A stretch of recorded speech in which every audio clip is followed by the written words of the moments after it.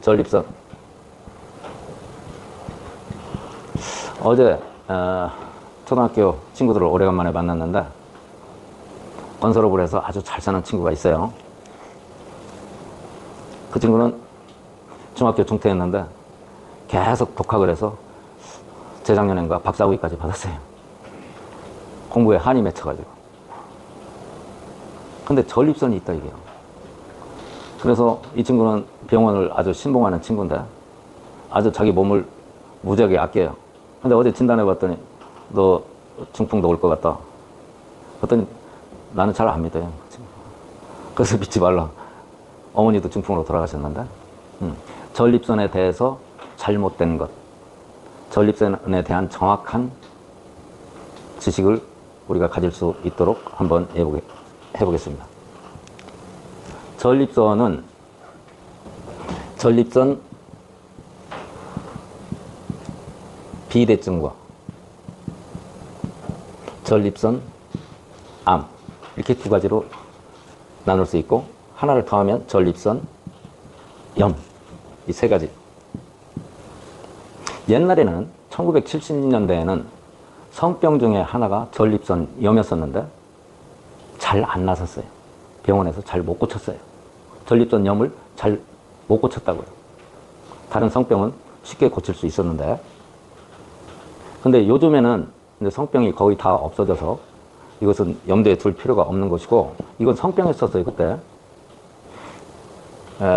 다른 성병이 오래되면 전립선 염이 되기도 하고 그랬어요. 근데 전립선 비대증하고 전립선 암인데 병원에서 진단하는 것이 전립선 쪽에 대해서는 50% 이상이 전립선 암이라고 진단한 사람의 50% 이상이 오진이다 그런 얘기예요. 병원은 암과 염증을 구분을 못합니다. 다시 한번 얘기할게요. 병원은 암과 암이 아닌 것을 구분하지 못해요. 병원에서 암과 암이 아닌 것을 판단하는 기준은 뭐냐면 조직검사, 또 MRI 판독 이 두 가지로 검사를 하는데 오류가 있다 이게. 왜 오류가 있느냐? 암이 어떻게 해서 발생이 됐는지 암이 발생 원인을 모르기 때문에 오류를 범할 수밖에 없다 이게. 전립선 암뿐만 아니라 모든 유방암도 50% 이상이 오진해요. 전립선 암 진단 받고 5년 이상 생존한 사람은 전부 오진입니다. 암은 5년 이내에 다 반드시 죽는다고 그랬어요. 다른 곳에 재발하든지 반드시 죽어요. 5년 이상 살 수가 없어요. 췌장암은 평균 6개월 이내, 폐암은 1년 이내, 유방암은 3년 이내, 다른 기타 암들은 5년 이내에 반드시 죽는다고 그랬어요. 암 치료 방법이 있다는 것은 암을 치료했다는 것은 전부 거짓말입니다.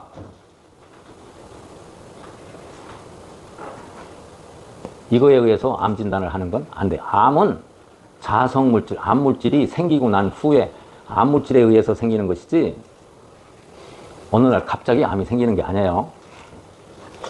자,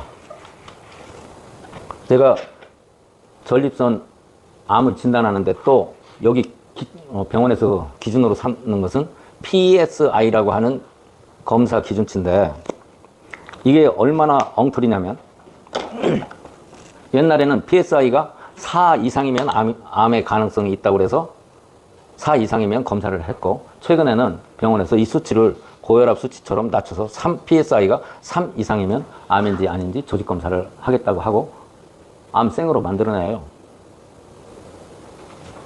암은 어느 한 부위에 암물질이 있는 게 아니라 몸 전체에 퍼져 있는 거라서 암 수술을 하면은 반드시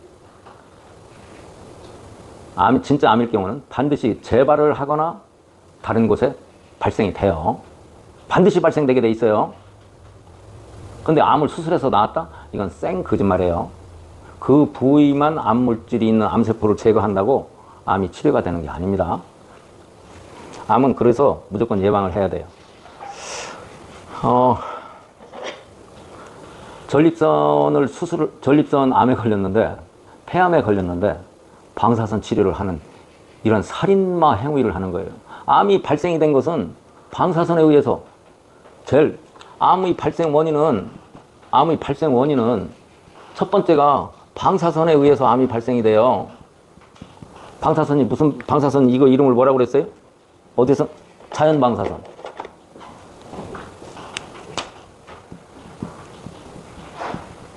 수맥에 의해서 암이 발생이 되는 거예요. 70% 이상. 그리고 외부적인 화학물질, 스트레스 이런 것들이 있는데 그 비중은 상당히 작아요.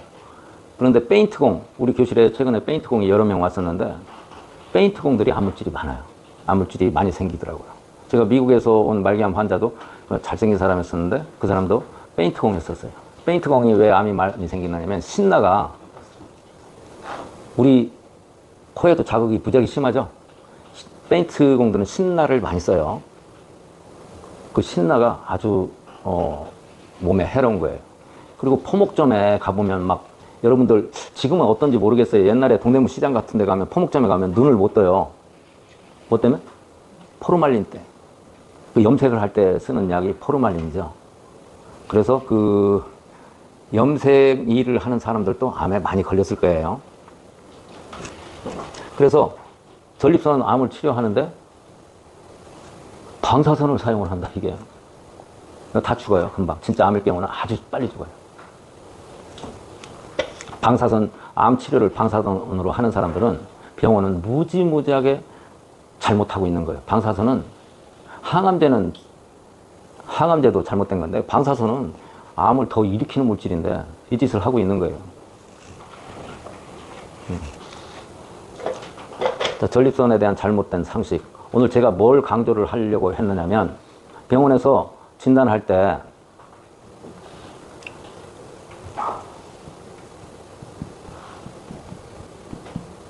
밤에 소변을 자주 보는 것을 전부 전립선 질환으로 진단을 해요.